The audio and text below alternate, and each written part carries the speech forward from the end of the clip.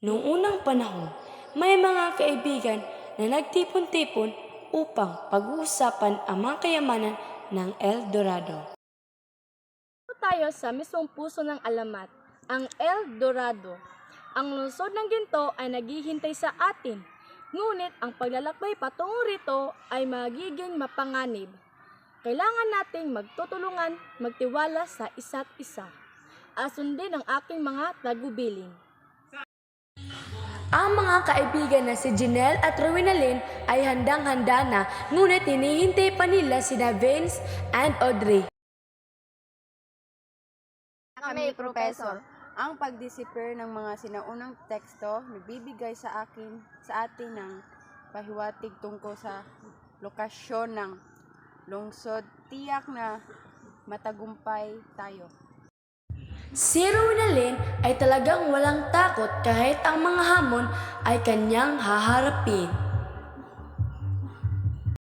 Ang aking puso, Professor. Ang anumang hamon ay aking haharapin. Handa na akong mamuno sa ating paglalakbay. At si Janelle naman ay inihanda na niya ang mga gamit sa paglalakbay. Lahat ng kagamitan, Professor, ang komunikasyon ay maayos. Handa na tayong umalis.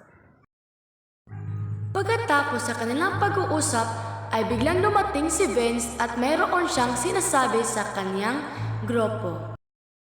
Galala mga kaibigan, ang aking swerte ay nasa ating panig at tiyak na makikita natin ang kayamanan.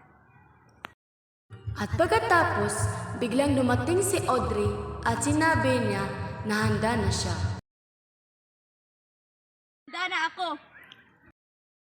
Ngunit hindi pinayagan si Audrey at Vince sa kanilang mga magulang, kaya hindi sila nakapunta sa paghahanap ng kayamanan at agad na umalis sila dahil mayroon pang naghihintay sa kanila na si Richard at Dave, kaya agad-agad silang bihis at pumunta doon.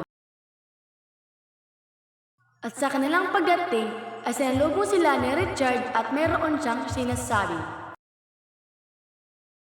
Ang paglalakbay mga kaibigan, ang espiritu ng gubat ay magiging gabay ninyo, ngunit tandaan ang kayamanan ay hindi lamang ginto. Ang tunay na kayamanan ay ang karunungan at Tinuro ni Richard kung saan ang daan at agad nilang sinundan si Richard.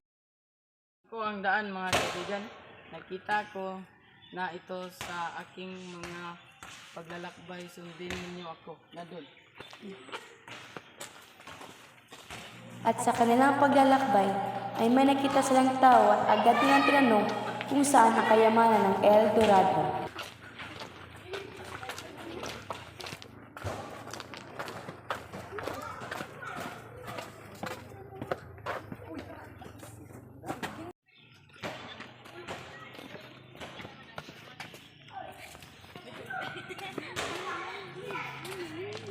Nakita ko isang lalaki, baka siya ang makatulong sa atin makita ang kayamanan.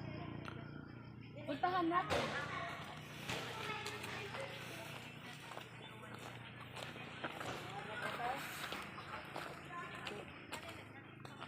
Alam mo ba kung saan ang El Dorado na mayroong kayamanan?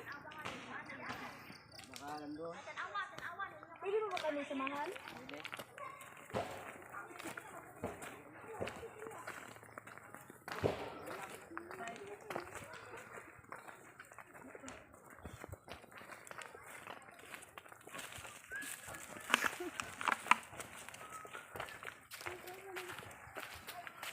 Malayo pa ba?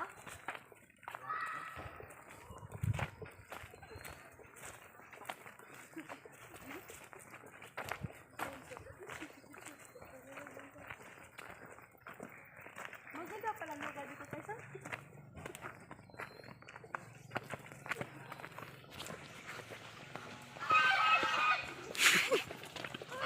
At dito bigla silang napatawa, ngunit ang pabo ang kakaturo sa kanila kung nasaan. Buti na lang kinausap ang pabo sa kanyang profesor na si Judy Mee at tinuro kaagad ng pabo kung nasaan. Nandun! Sabi ng... Nandun! Andito!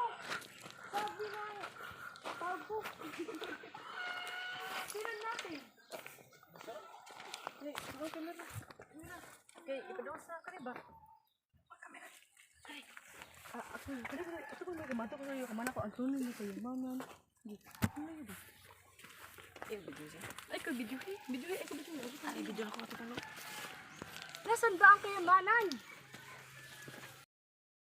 Ang puno ng kayamanan ay nagsasalita kaagad nang humiling sila. Ang tunay na kayamanan ay hindi ginto, kundi ang pagiging matulungin at pagkakaisa. At doon na nila nalaman kung ano talaga ang kayamanan, at kaagad sinabi ng tao na ang yun ang kayamanan. Oh, yun ang tunay na kayamanan. Pagkatapos ay kaagad na silang umuwi sa kanilang mga tahanan at nagpasalamat sila sa taong tumulong sa kanila. Na, tumuwi na tayo.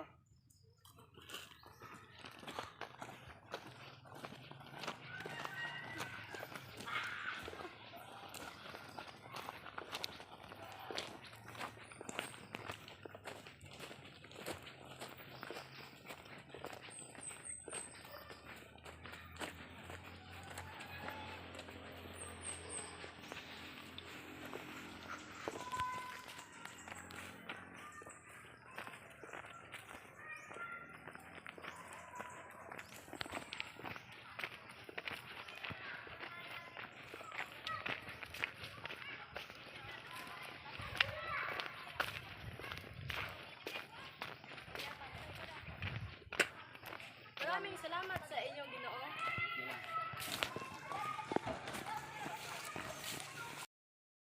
At yun ang kasabihan ng kayamanan ng El Dorado.